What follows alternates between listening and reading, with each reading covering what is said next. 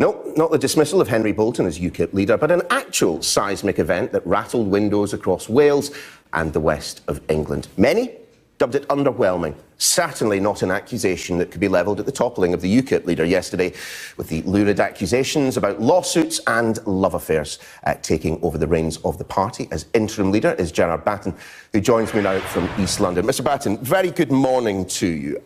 So long, Henry Bolton. We hardly knew ye. Good riddance to bad rubbish? No, I wouldn't put it that way. Good morning, Niall, by the way. No, I wouldn't put it that way. We all had high hopes that Henry was going to do a good job. We all supported him as long as possible.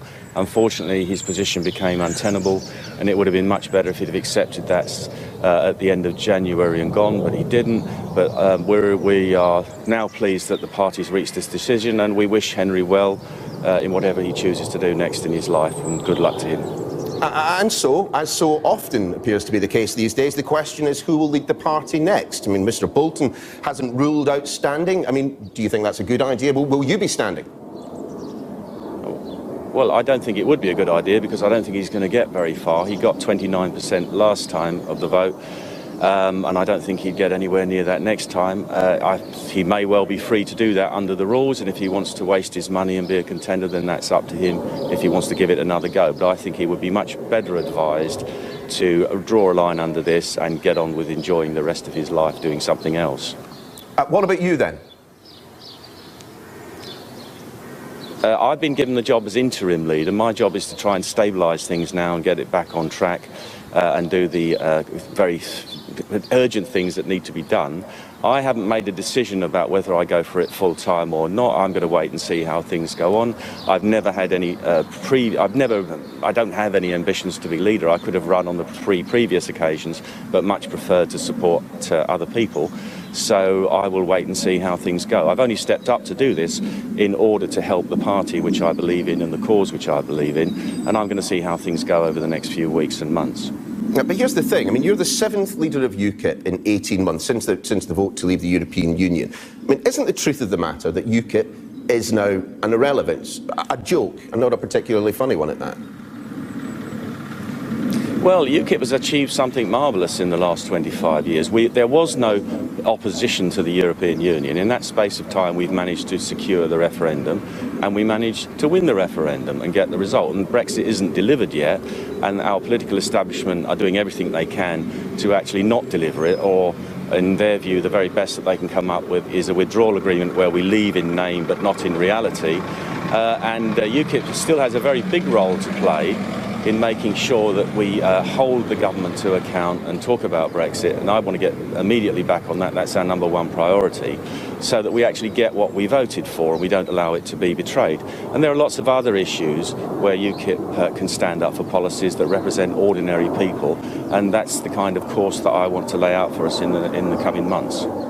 Isn't the problem you face pretty much the same as other UKIP leaders, that actually, whilst you want to get on to the matter of talking about policy, there is other stuff around, you know, Henry Bolton and his, you know, checkered relationship history. With you, it's comments that you've made time and time again about Islam. I mean, I just want to ask, I mean, do you still believe that no new mosques should be built in Britain?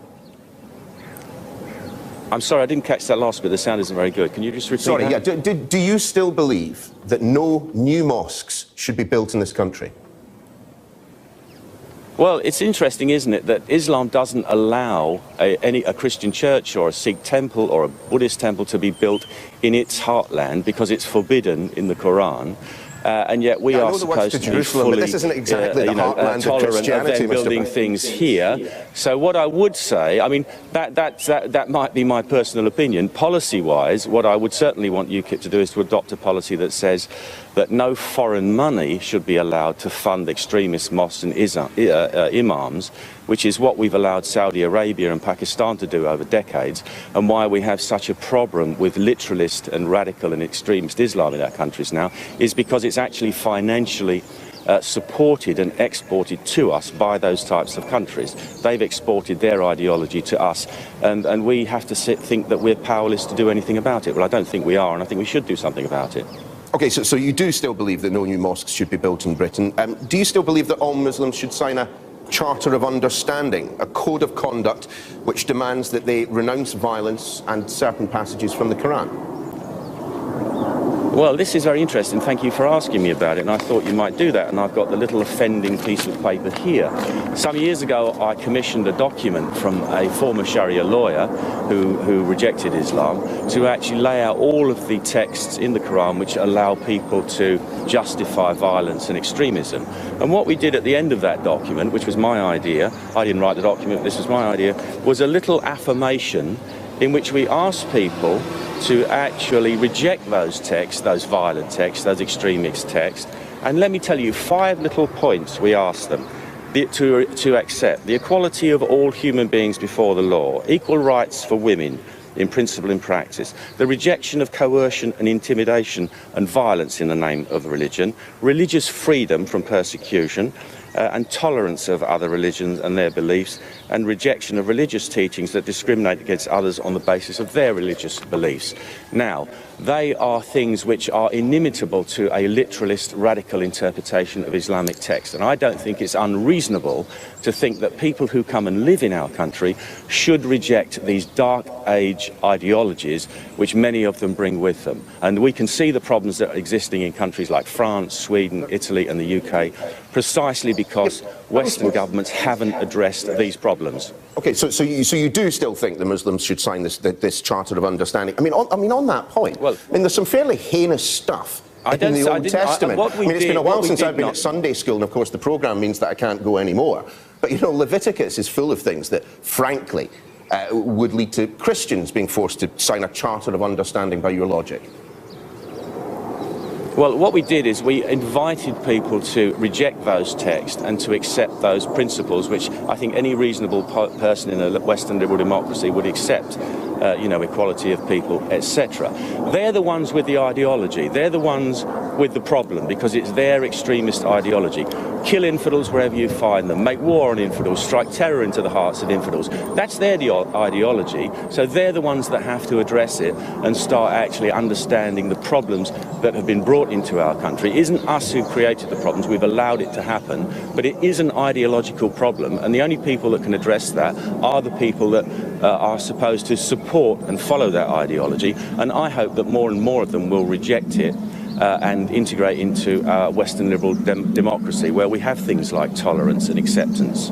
I mean, you keep talking about they and them, and I'm not entirely sure to whom you're referring. So, I mean, just one simple, straightforward question.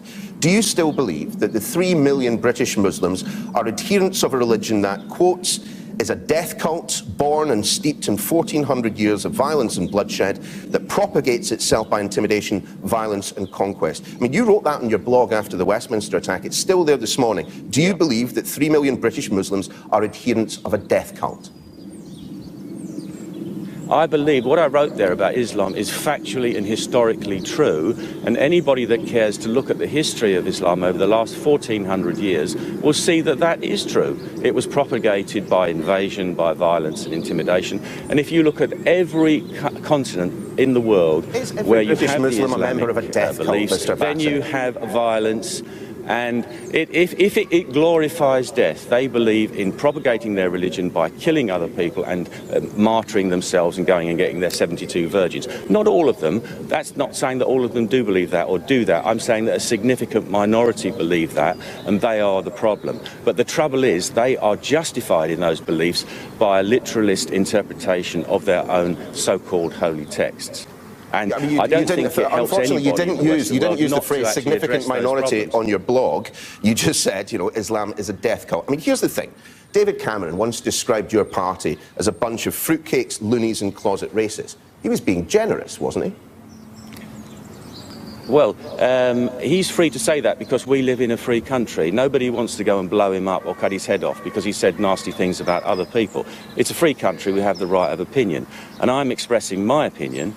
And I think you'll find that a lot of people who listen to what I say and have read what I have written will actually agree with it. And what I'm hoping is that a lot of people who nominally follow the Islamic religion will actually understand that the problem lies with their ideology, and they can actually make the necessary adjustments to integrate into our Western liberal tolerant society, which is what we all want to live in. We all don't want to go in fear of terrorist attacks or violence or intimidation by people who follow a particular ideological belief. Who wants to live in that kind of society? I certainly don't, and I doubt that you do either. Gerard Batten, thanks very much for joining us in the programme. Appreciate it.